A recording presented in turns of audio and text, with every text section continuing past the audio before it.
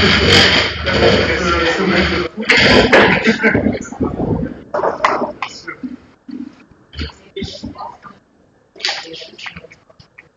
here we have the, what is this? NB? Don't worry, you're participants, not an OC. Maybe the participants. Thanks God. Is there someone Dear here? love. No, we can move things around. Let us see. Is this for something or not? Okay, just a minute. Estou bué da estranha, amigo. Tu és mamãe. Tenho que começar a beber, vais ver. Estou bué da cringe. Vai sair.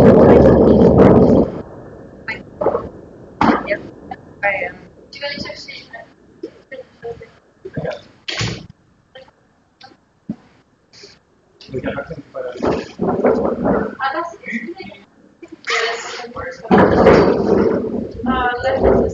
So hot. You know, where is your chair? We have 4 guests. There's 3 guests. 3 guests? Alors, volonté si vous les Why do we invite the 4 chefs? For the presentation, plus 3 people in the panel. The person that does the presentation is not on the panel. Yes. You could put small chair here. Yes. Amigo. And these chairs are not going to be needed, are they?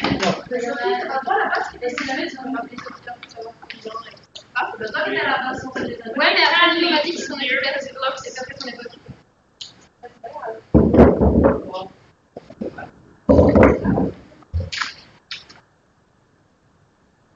I don't know whether I should leave this bottle or people to sit here or not. That's not quite inviting like that.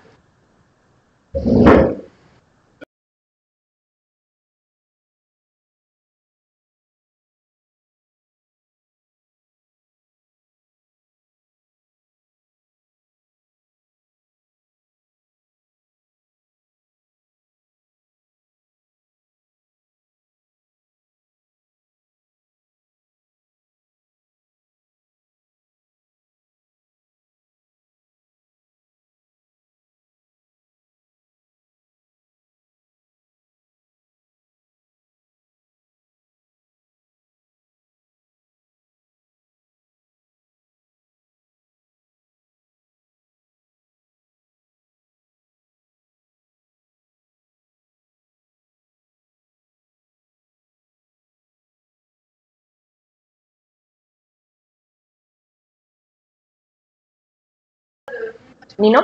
Yes? Can I use that one? Or is Whatever you want. Yeah, because of the speakers, maybe not. Leave They them will out. fall. They're only going to come in like 10 minutes. Can a single person be out? Someone else has this coat. It's actually mine.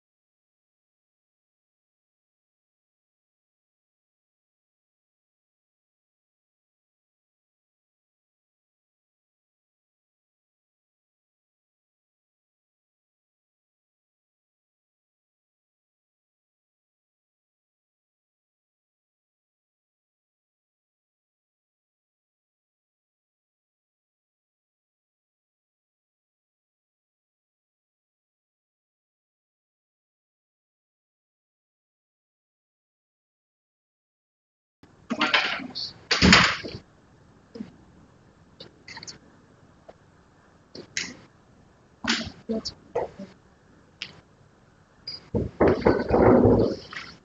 good. Hello, everybody. Thank you for being here. As a quick information, so we're here people from around, I guess, 20, 25 countries. Not all countries have arrived yet, but we already have quite a wide distribution of people from all over Europe. So I hope your travels went well for the people from the CND. Welcome to the other participants, especially the people that will speak later on that I will present more precisely. And the delegation of ISEC that is here, that is nice that we can collaborate on the local level as well. So, the way this is going to work is first, there's going to be an introductory presentation by Olivier Chop, who is the head of Movetia, so our national agency.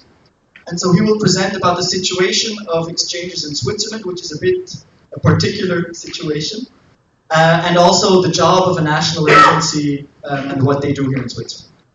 Afterwards, we will have a roundtable with 3 guest speakers and me. The 3 guest speakers will be Monsieur François Bussy, who is the Vice Rector for Research and International Relations of the University of Lausanne here, that's hosting us. Then we have Diana Stojanovic, who is the Vice President of ESN International. And we have Vincent Terrail, who is representing ISEC Lausanne, and who will also speak about his personal experiences of going on exchange and going on. Okay, so before making this too long, thank you all for being here. I will give the mic to Olivier Chop, who will start with this presentation. And I hope you will enjoy it. I hope you will learn a lot of it. If there are some specific questions about Switzerland or stuff like that, I'll be here the whole weekend, so I'll be happy to explain maybe additional things if some things are unclear. It's a very interesting situation that we have, so I'll be happy to elaborate. So, thank you. Olivier.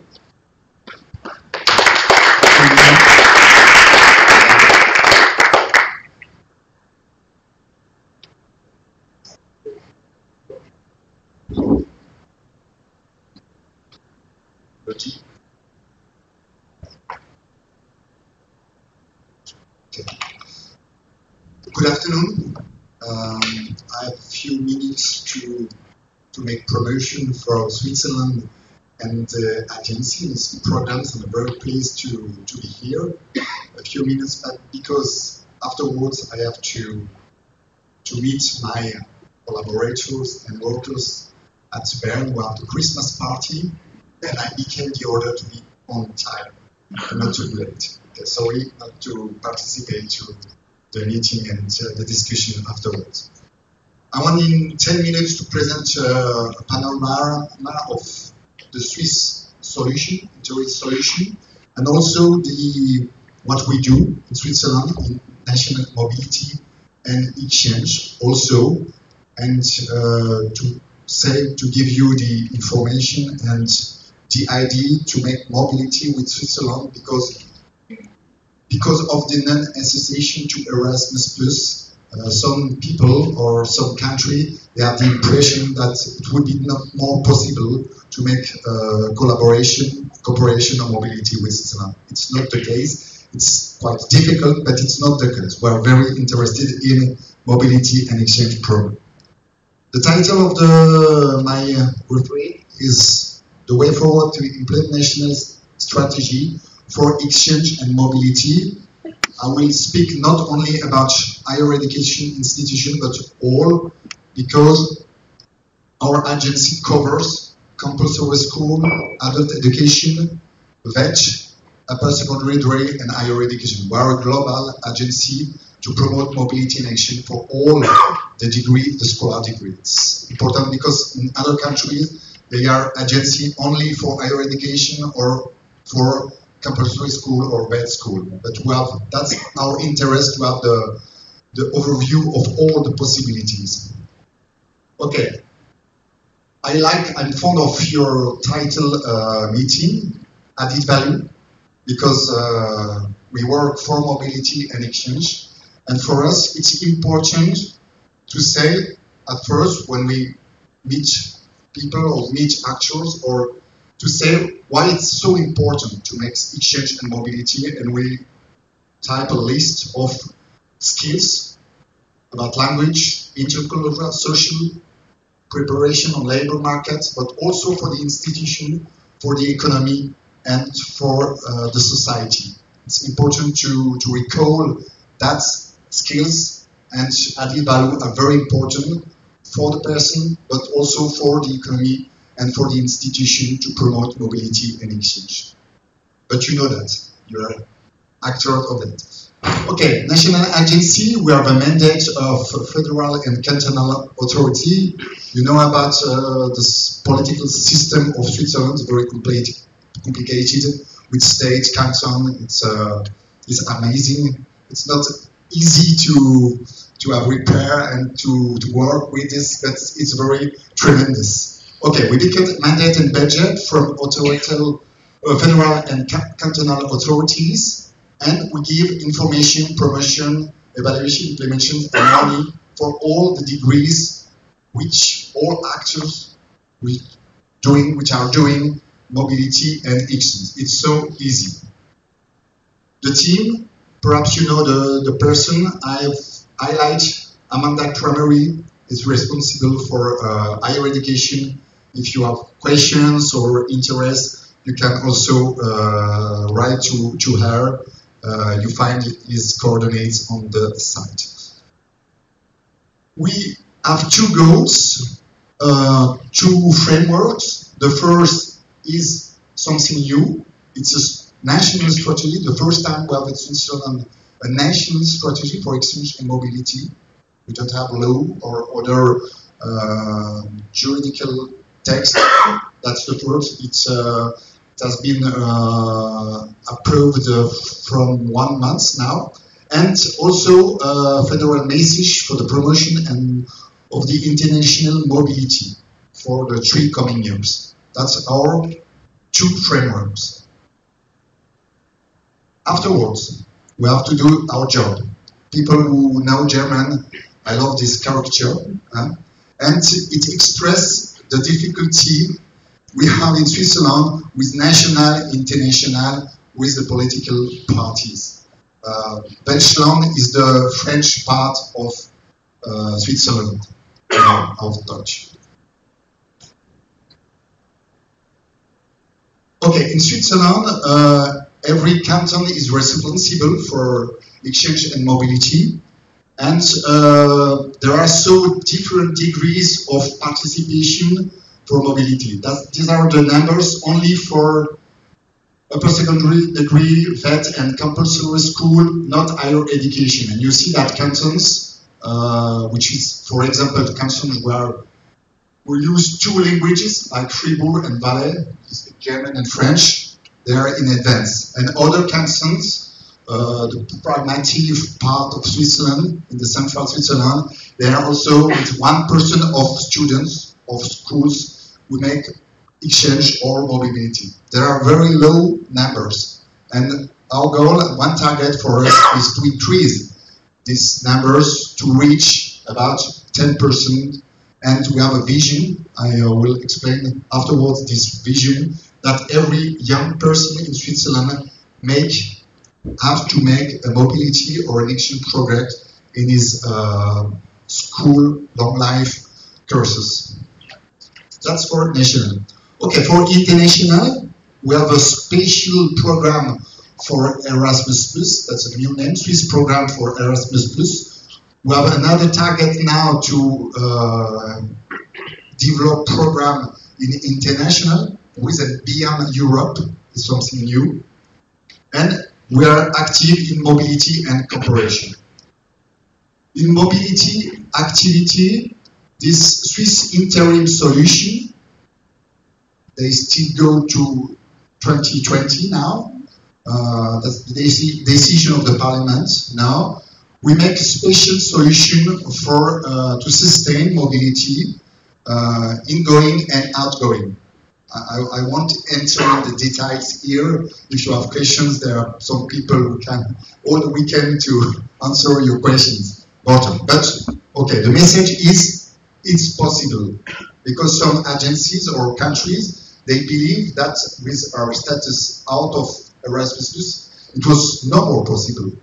to make mobility and cooperation. And now we have with the new agency, the new promotion to say, to approach this agency, European or people to say, yes, it's possible. It's not so easy, but it's possible. Mobility functions for cooperation, partnership, it's complicated. Okay, we apply the Erasmus Charter for higher education, and we have a budget around 26 millions for this sustain and 80% for higher education system. Okay, in outgoing and incoming. A chart, a slide, like to see that we are in the partner countries of Erasmus+. I find amazing that Switzerland with Andorra, San Marino, Vatican City State, we can make clerical actions, perhaps, or financial with Andorra or Monaco, Paradise Paper action, right? With these countries, that's to show you the difficulty we have to connect with Europe in this situation. But okay, it's difficult. It's this interim solution. We hope so that in 2021 that we are back in Erasmus. We cross fingers. Another caricature, because to see it's important. How can we back Europe? Impossible. She's the one. Yeah. And that's the reason why I'm optimistic in 3-4 years to be back in the Erasmus program. Even if we are not in, the numbers still increase. That's the numbers of students outgoing and incoming. Of course, if we were in Erasmus, the numbers were higher. If we compare to Austria, for example, same number, I don't know if they are representative of Austria, and the number of the population is as the same number, but the number of students is twice higher, Switzerland, to see the difference. Okay, but okay, we have, instead of this difficulty, we will make promotion and more optimistic to increase these numbers and to prepare the next generation program. Something perhaps new that could interest institution or student, that we have the mandate from the State Secretary to explore international pilot projects beyond Europe. We have a budget for that. And we are waiting from the institution, from the schools, ideas of new form, new approaches of mobility, of actions, of partnership, cooperation. That's something new with these goals and general and specific goals. I let you the slides to read that perhaps more attentively. The vision. That's the vision. I come back to the national strategy. The vision is that during his or her education or on the transition to job market, every young person in Switzerland participates at least once in a longer-lasting exchange and mobility project. They improve their knowledge of languages, their social and specific skills, and thus their perspectives on job market. That's the new political vision of Switzerland in exchange and mobility. It's a very ambitious vision. Numbers, I say that we are around 2% of school pupils, students, we make mobility corrections now, and the idea would be to increase this person to 10%. So that between 4 and 30 years, every young person may have to make to do a mobility or an exchange project. That's the vision, the goals, and the priority actions. There are actions in legal basis, policy goals, but action also in innovation, network, strategic partnerships, and in these partnerships, the partnership with the cooperation with ESN, with students is for me very important. We have to create a connection with your association that functions good, but we can perhaps strengthen this cooperation with, and we need the support of the students to make promotion for mobility in action, and perhaps to create new forms of pilot projects, perhaps direct with students. We have to put idea out of the box. We have the chance in Switzerland for the next coming years to have budget to create new form or new approaches of mobility in projects. And it's important to have the needs, to fit direct needs of students also. That's the structure of the action plan. After the strategy, we have to create an action plan in different action fields like development, innovation, networking, and for different degrees. Also, years in action and in different geographical areas, national, Europe, and international programs. And to conclude, a puzzle. It's like a puzzle we create to give this symbol of exchange and mobility with the title Exchange and Mobility, Hype or New Education Paradigm. That's the question for us. Now there is a window of opportunity, political window of opportunity. There are big support for national action and also for opening Switzerland to abroad. And we will now, in a few years, if it's only something hype, or if we have to conclude that mobility and project direct in training plans, direct in pedagogical schemes to connect this mobility and action, that something is not close to the program, but in the program, in the schools program. And to create a culture, I would say, yes, a culture of exchange and mobility. That would be the goal, the political goal, to create this reflex, this tradition, to create a tradition in mobility action, and so that people which take part to an action mobility when it's in the school, in the campus of school, they can make a mobility project in upper secondary or in VET, and afterwards an Erasmus program and project. And to create this reflex and this structure in Switzerland. That's my conclusion, and if you have a question, I may or I'll try to answer them. Okay, thank you for your attention.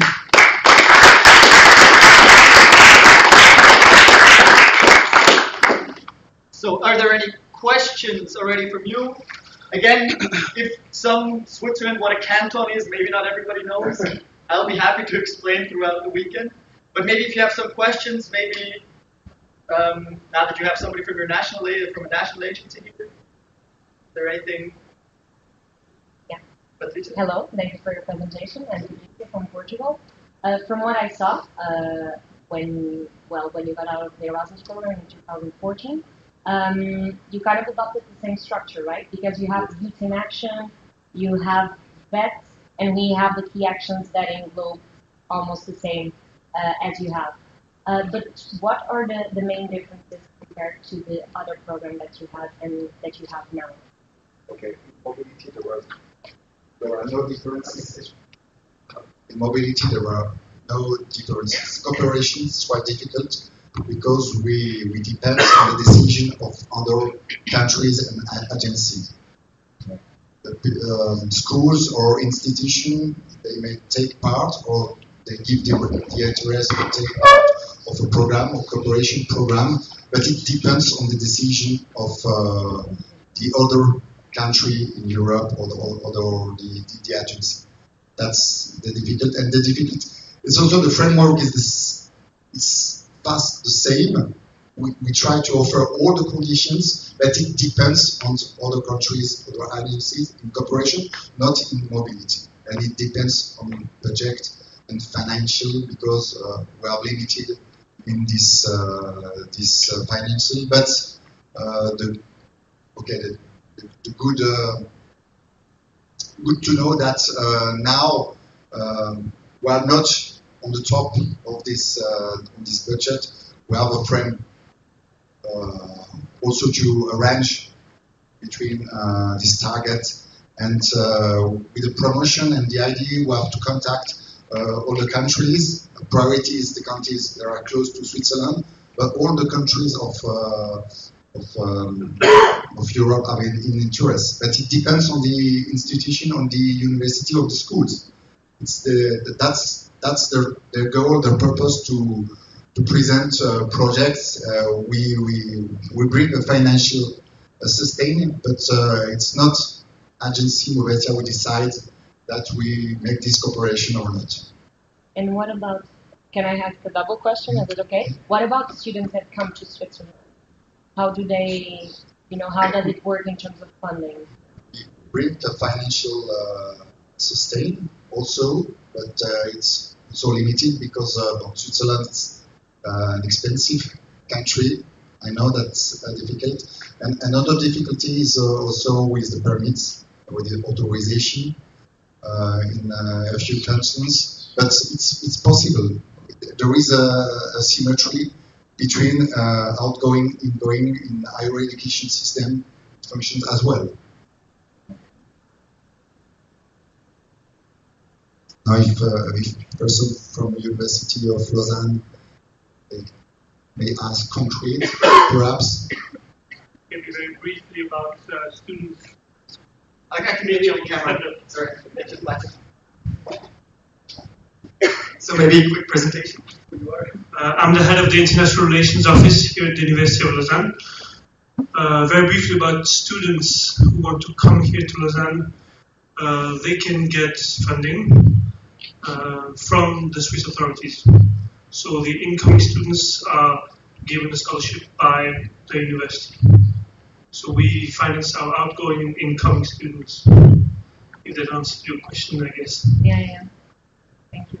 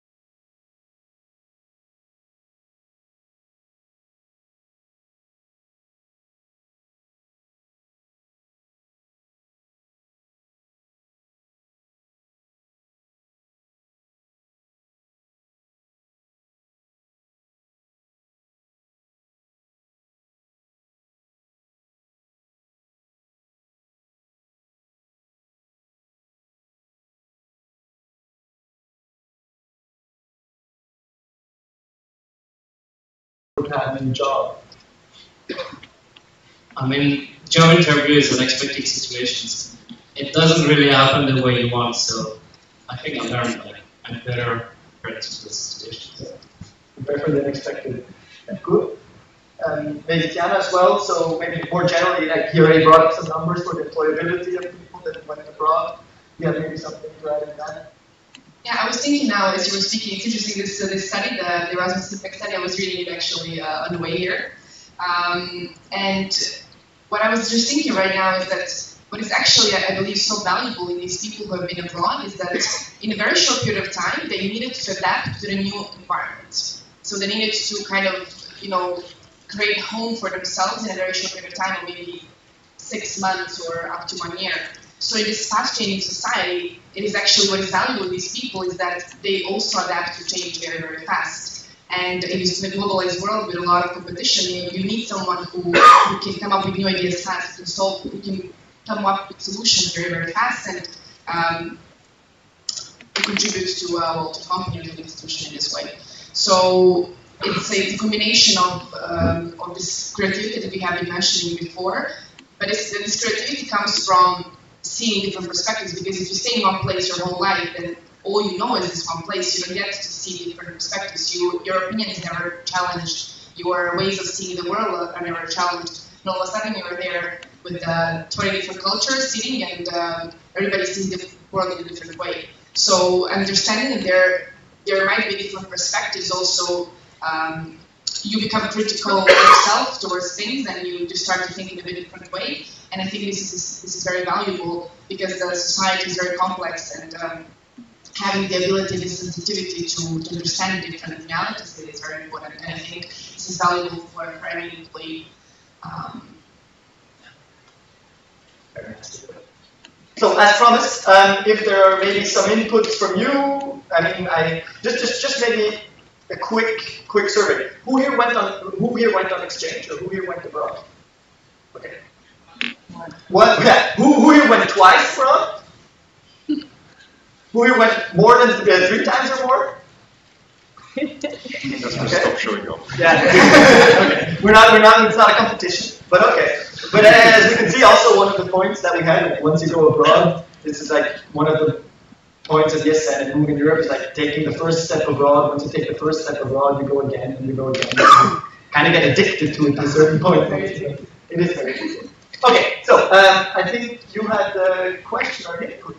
Yeah, I don't think I didn't like the. Thank you very much for your input. Your views were very interesting to me. Just quickly, what's your name and where are you My name's Saber. I'm from Bulgaria, but I studied in the UK. Yeah. For the screen, it's easier. Yeah. My name's Saber, national representative of Bulgaria, but I study in the UK currently. I was thinking of something, added value of exchange. I'm pretty sure that all the students are aware of the added value. But I was thinking about, we had a case where a family said that they disapprove the participation of their son in the program because it's about drinking and partying. So this is an aspect I consider very important to approach the families, because at an early stage of 19 or 20 people that go to Erasmus, they're mostly influenced by the families. I don't know if you agree with that, but it's, at least in my opinion, it's very important. And the other feature is the importance of employers knowing about the other value of exchange, because not every big corporation, company, or smaller ones know of the importance and the cultural aspect, the soft skills that the students acquire during no matter Erasmus or another exchange.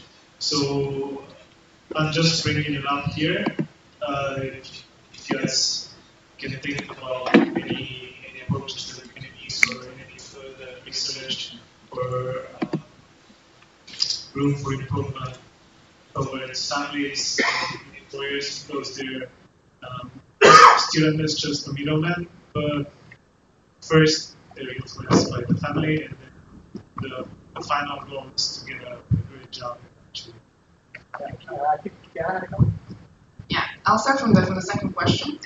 In this study that you were mentioning, it actually shows that since 2000, so this study was published in 2013, and the percentage of employees who value the international experience is around 60-something% compared to 2006 when it was 30-something%. So it almost doubled, meaning that it's a progress. It takes time, of course, but people are becoming more and more aware of it. The more the economy is becoming more global, the more people are aware of the importance of having employees with an intercultural background. When it comes to the partying, it's one of my favorite topics. I don't really see how, partying at home or partying abroad, it's the same thing. I mean, if you're doing it at home, you can also do it abroad. I think in the end, it's about, from the parents who are very worried, it's in the end of the day, it's about how the parents raise their child. And it's about creating a sense of responsibility for people to take care of themselves and to do what is right for them to do. But I don't necessarily think that the Erasmus program is something that instigates partying. It's if a person is partying, the person is partying because he or she wants that, not because the program is sponsoring it. So. Thank you very much. Maybe another question. Yeah, you can ask it yourself. Yeah. No, I'm not. It's not. You're saying people should raise their hands. I would like to react on your comment as well. I'm currently the National Women Europe Coordinator, and I think Women Europe has the possibility to target this problem. Most of you are aware of it. Women Europe is the program from ESN that tries to promote mobility, and within this program, I'm sure Bulgaria has a Women Europe Coordinator too. Yeah. And I think if you can actually promote whatever we have talked about, the employability, the soft skills you will gain to the parents, then your problem will be solved. No, I understand. Thank you. Do we maybe have one other question? Please state your name and country. That's always interesting. Yours, Latvia. I was in exchange myself in Slovakia, and actually the reason I went to exchange was the value, because the university I went to was a higher quality of the education. And I think there's a lot of students who look forward for that, and sometimes in the CV I can bring the word as well. Thank you very much. That's one of the political problems we have in Switzerland, because Switzerland thinks, or at least our university thinks or some of them think they're the best in the world. So why would we even send people out? This is in Lausanne we're better, but I heard of my friends that were, for example, in Zurich, where the university makes it more complicated because they're like, oh, if you go abroad, you're not going to learn as much as at home. I've heard that, and this is, to me, it is ridiculous, but it's a very valid point to bring it up and to say, like, actually going abroad is not only you have a different curriculum, which will also bring you a lot of person. Also, just a very small comment. I went to Bulgaria on my exchange as a Swiss person, and I currently am employed. So it works vice versa. Okay, maybe one more comment. Else we can always ask questions later on. Okay, I guess we'll move on. So the next point, thank you very much, Laura. Thank you for giving. I'll start with Valentin for this one. So this question is more related to Switzerland. So what happened recently, so maybe a quick story for the foreigners here.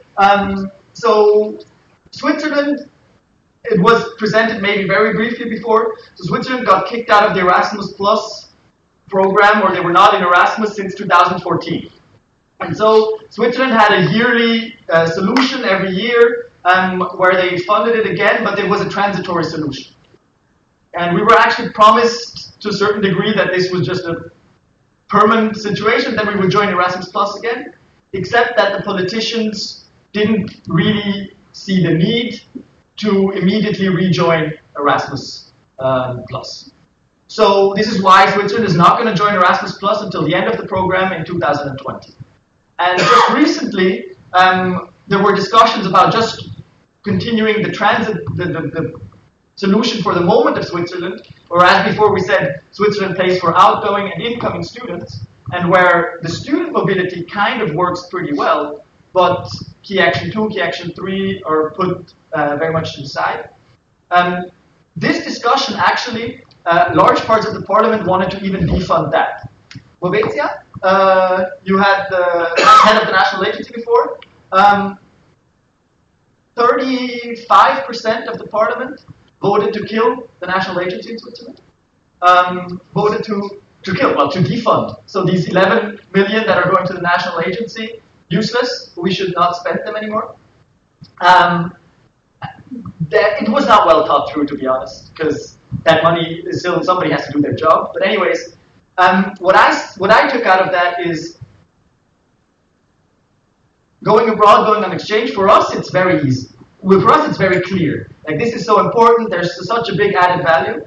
And what my question is maybe to the people in the panel is, how do we communicate this? How can we communicate this to our country, to Switzerland, that, you know, this is something that is very important for our country?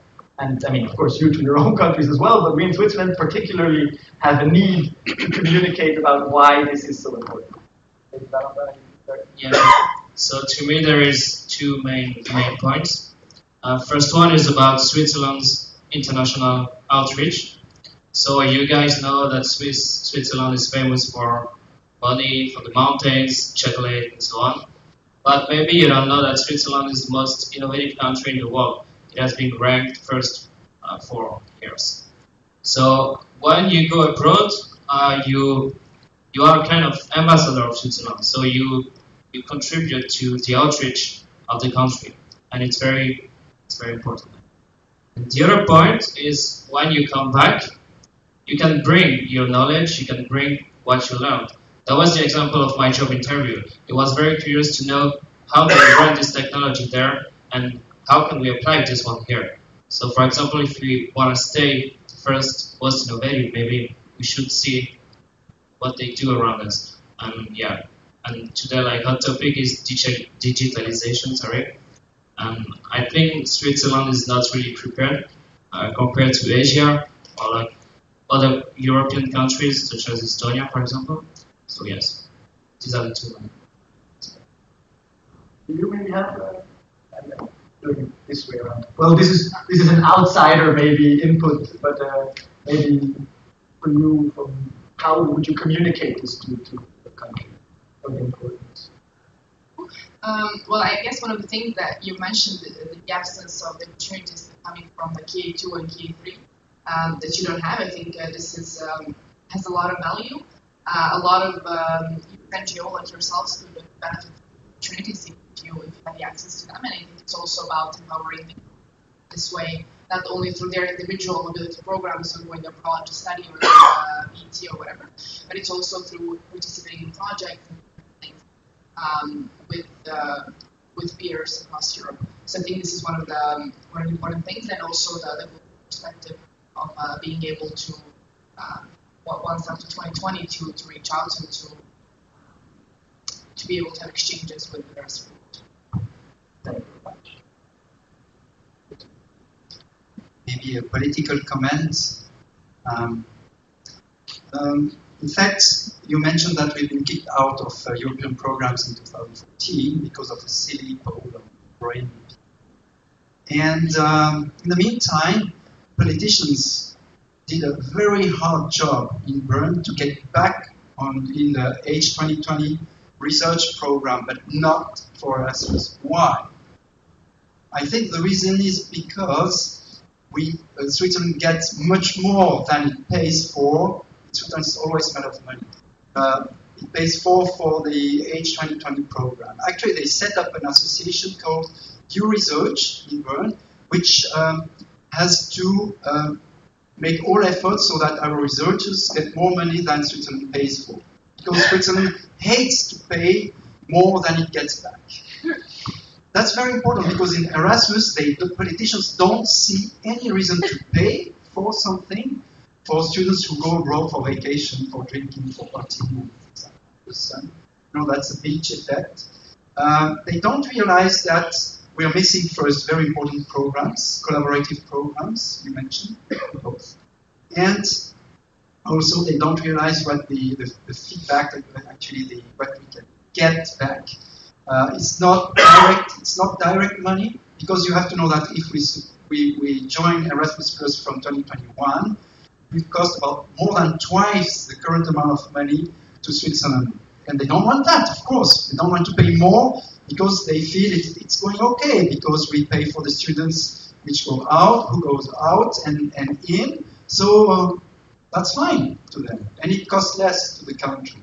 So that's the best solution to them. What they are missing, they don't understand, is that we should really, first of all, be part of all of the programs. That's very important. And that's important for the economy, as you say. That's really very critical. And the message we now have to stress to politicians to make a lobby is to say that's good for the economy, that's good for the country, that's good for the employers, for the reasons we mentioned before. And also we would gain in terms of, for example, digitalization. That's critical, but there are many other examples. And that's, the only message is that in the midterm, not the long term, the midterm, we also get more than we pay for with Erasmus Plus. And the wallet is the only way they understand things as politicians. I'm sorry to say that, but I think that's it. Yeah. Thank you very much. So this is maybe a quick transition to the last question, somewhat. So the wallet. So yes. So the discussion is coming up. There's going to be the new program following up after Erasmus Plus in 2021.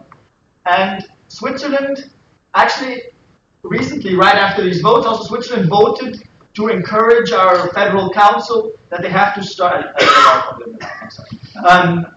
Before there were some numbers. Anyways, so from the federal council, they voted that they have to start the negotiations for 2021. But starting the negotiations is fine. The problem is when the bill comes in. And when the bill comes in, they will see our transitory solution that we have right now in Switzerland costs this amount of money. And the solution, if we're part of Erasmus Plus, because it's based on the gross, on the BDP, on the gross domestic product, GDP, sorry, Switzerland is going to pay a lot of money. And it's going to be significantly higher than what we're paying now.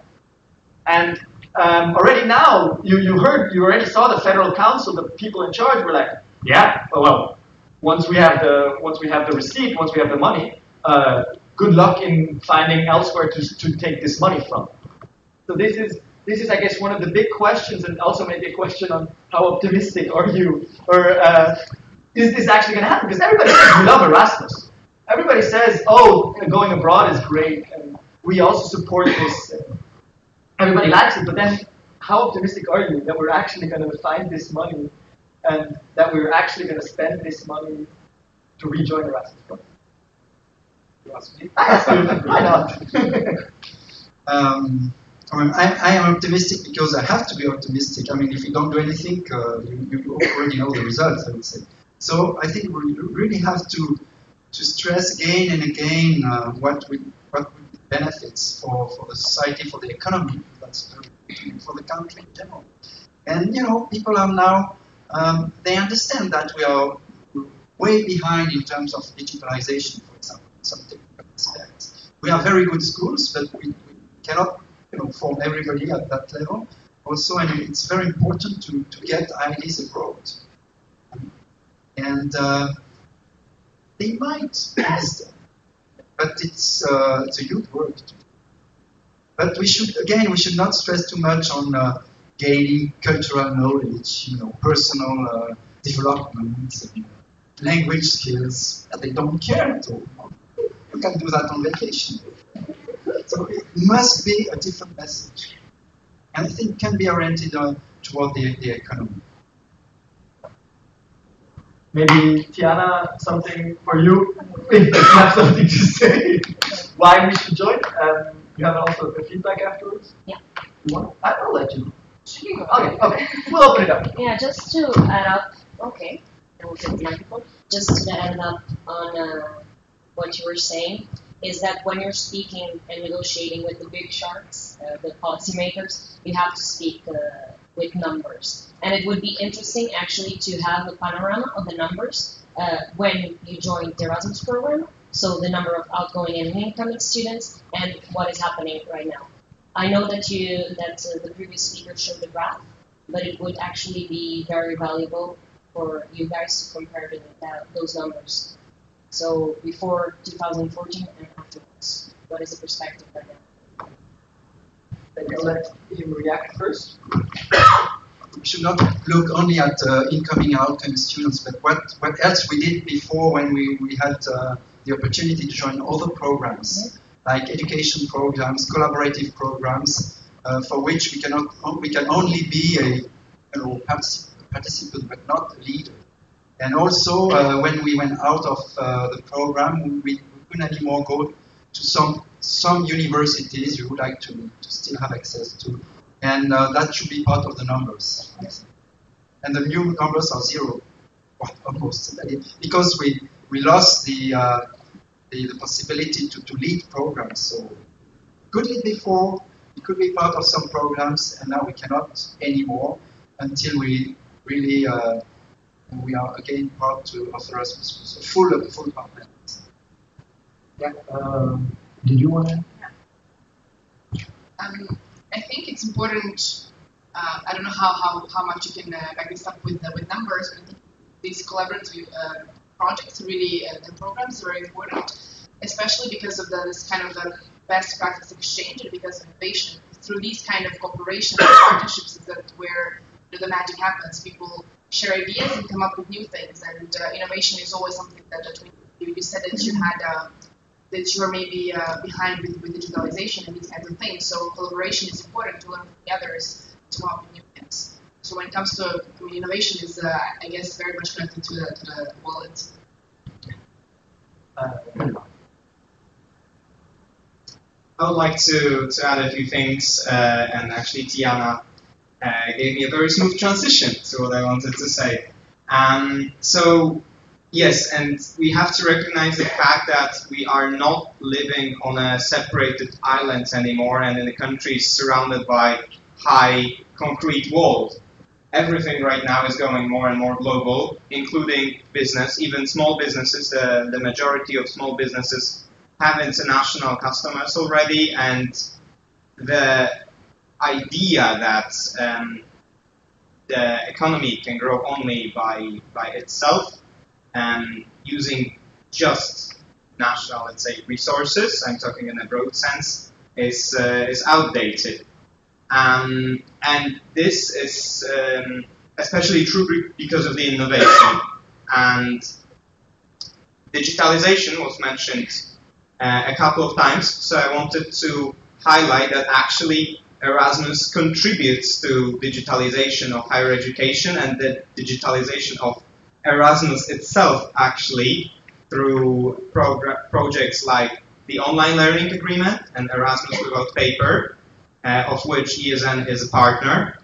And it is also participation in those programs that can foster innovation in the areas where there is still some gap to bridge, where there is still some distance lacking. And if we're talking about the numbers, because we refer to the Erasmus Impact Study a lot in this panel discussion, of which I'm extremely happy, there's actually a second Erasmus Impact Study coming. So hopefully this will also provide us with accurate numbers, which will allow to compare the development of many different interrelated factors over time. And actually, just a side note, for the future Erasmus program after 2020, one of these projects will be included there. So there will be a digitalized project, made public for every university part of the country, of the program. Sounds really good. Would be nice to So, are there any other questions from the room?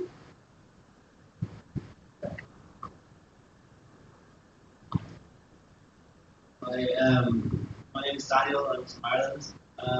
We've talked a lot about numbers and policymaking. I was just, as you know, Swiss people, students, and I'm sure you have plenty of friends studying here. What do you think that the Swiss students think about going abroad? And what's their like ideals? Do they go into university thinking, oh, I look forward to going abroad, or do they just go to university thinking?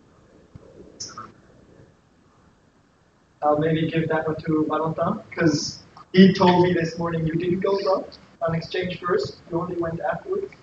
I don't know. Actually, I wanted to go, but I failed the course here, so I couldn't. What the question is, what's the motivation to go abroad? Yeah, just a general ethos. I think a very high percentage of students want to go abroad from Swiss universities. So, yeah, I think they don't need much advertisement. It's very popular. No. Well, maybe we should ask the Denis Daflon. My own feeling is that the number is very low, extremely low. I mean, if you have the potential to go, why 98% of people don't?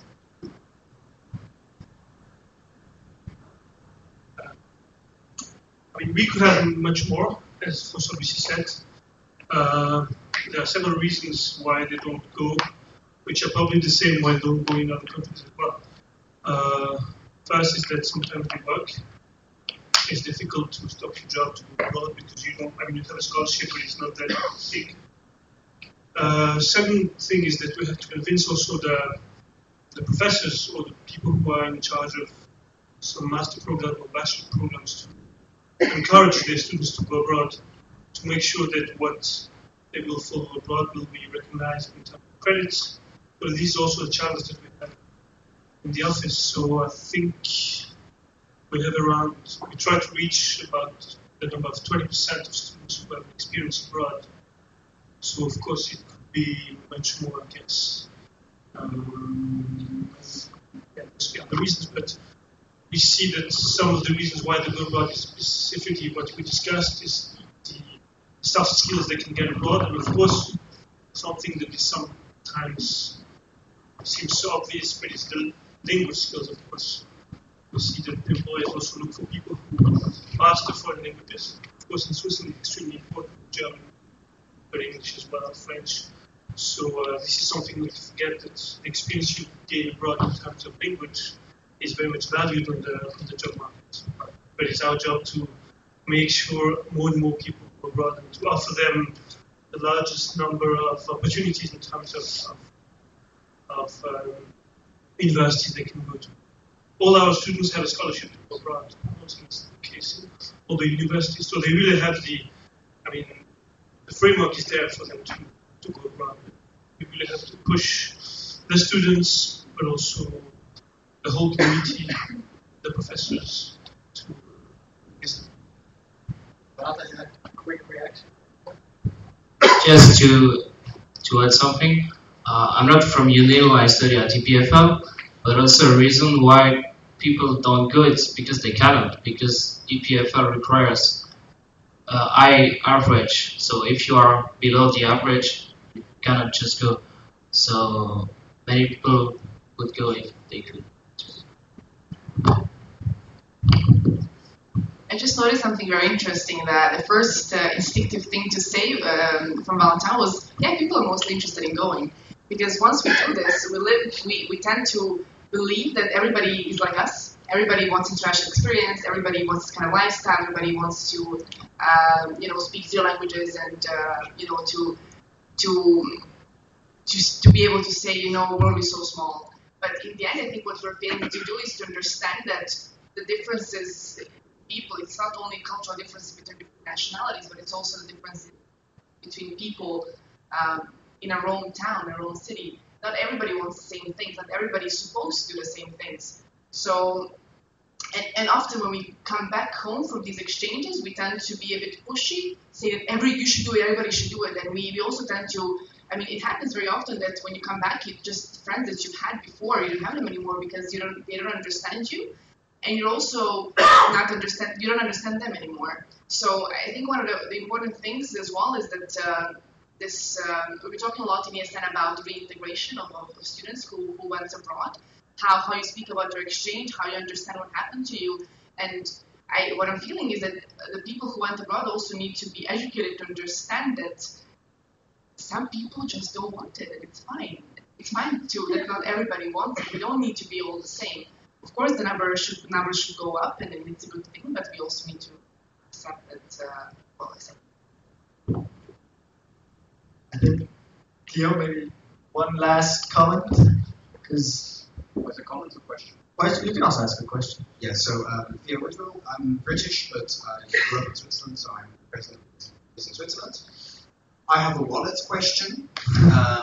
Switzerland is perceived as a very expensive country, and it's for at least I work in the IRO of the University of Applied Sciences in Switzerland, German part of Switzerland. Sorry, yes. And one of the biggest issues is the perceived cost. So it feels a lot of students are worried about coming to Switzerland because they think it's going to be too expensive. They cannot afford it. And when we have discussions about that in the office, the answer is often, well, we cannot subsidize their accommodation more because it's taxpayers' money, and it's not in the interest of the taxpayers to subsidize their life because it's taxpayers, and they do not care that much about exchange. So my question is, what kind of things can associations like ISEC or ESN do, or national associations like Helvetia or the universities together to raise awareness of the value of exchange and maybe make the taxpayers a little bit more open-minded about investing more money and making life in Switzerland more affordable? If that's not possible at all, what can we do to maybe compensate the costs in Switzerland? I'm not sure we can ask taxpayers to be more open-minded, unfortunately. If there is any solution, I would think it would be a compensation, maybe an internal compensation. I don't want to commit the head of the university in this. I mean, it could be some kind of money given to these students to help them live. Then we could also try to help them to find an affordable place to live, because the rents could be very, very variable. We help them to share a room or apartment with people. That could help to lower the cost of living in a way. Provided these students have their own insurance, from their country, if it's possible. This is also something. Not to have to pay, at least not to pay a high price for insurance, because that's also very expensive. That's the only way I can see things, to act locally within the high schools. Because we are the most motivated people to see more people from Europe. And other things I'd like to know about to communicate later, but we are very interested to have these foreign students here, because 95% of our staff and students don't go abroad. So we bring the international to Lausanne, having these people from abroad, open-minded, willing to share, and that's, I think, a good way to internationalize the place in Lausanne. That's an important point we have to take into account, also to promote the influx of students. So for that, we have a group of, 50 people here from other countries. If they have their next mobility, why should they come to Lausanne? I would say, I'll give you two answers. The first one would be look outside, and the second one would be look inside. Just to say that, Lausanne is a incredible place as a campus. That's the greenest campus in Switzerland. That's kind of self-promotion, no? Some advertisement. There are great places around Zurich, Bern, Geneva, and others, but none of them is so close to the lake with the possibility to practice sports. All kinds of sports on the lake, in the mountains. You take a car or even a train, and in half an hour you're on the mountains. You can climb, you can ski, whatever. So for the countryside life, the outdoors, it's just a fantastic place. And Switzerland is small, so you can reach any point in a very short time. And Switzerland is the center of Europe, even if not in Europe. So we can also travel around, and a lot of people actually take advantage of this central position to go around in Europe and discover Europe being in Switzerland. Just it works. And the cultural life is just great. All times Lausanne is a small place, I would say, international standards, but the amount of cultural events of all kinds is just crazy, just crazy.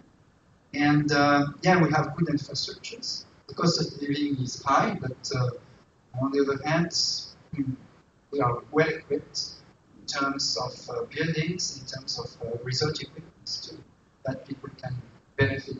But for example, in my faculty, which is this place, look at these windows. When I say look inside, these are labs, and our bachelor and master students have free access to the labs. So for those of you who do life sciences or natural sciences, I mean, there are not so many places in Europe where you can have free access to the labs during your study. And it's a very high-tech labs. So it's also a plus, a good reason to come to Lausanne. And it's true for the Union, and it's true for yes, I mentioned also the sports infrastructure, which was pretty good. So yeah, many good reasons. So with this last bit of shameless self-promotion, please come here. You'll also have the whole weekend, so you can see how nice it actually is. We promised them snow, so we hope throughout Saturday, Sunday, we're going to get some snow. I would like to thank all of you for your attention. I would especially like to thank the three speakers here. Laura also has some chocolate for you. I know that Diana is going to be happy, and I guess for everybody else it's going to work. Thank you all for your attention. Thank you all for joining, and I hope you have taken some messages that you can take back home, take to your countries, and also use in discussions when you have to show why going on exchange really brings so much added value. Thank you, and goodbye.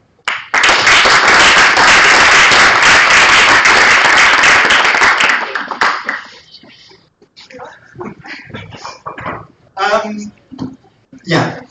So if you want to have some questions additionally, feel free to ask. Maybe afterwards. For the people of the Council of National Delegates, we're going back to the bunker. So for the people who don't know, we're sleeping at the bunkers that you can because it's the way to actually afford this. So we're going back to the bunker. You can get changed, and afterwards we're going. We're leaving at 7. Yes, so we're leaving the bunkers at 7 to go to our board games evening and eat dinner in the city center. Okay. So everybody, we're going to go all together backwards. We're just going to quickly put back the tables here in the room as they were before. Yeah, so if 2 or 3 people have extra energy, feel free to help us putting the tables back. And besides that, thank you all for coming, and enjoy the rest of the Council of National Delegates. Bye-bye.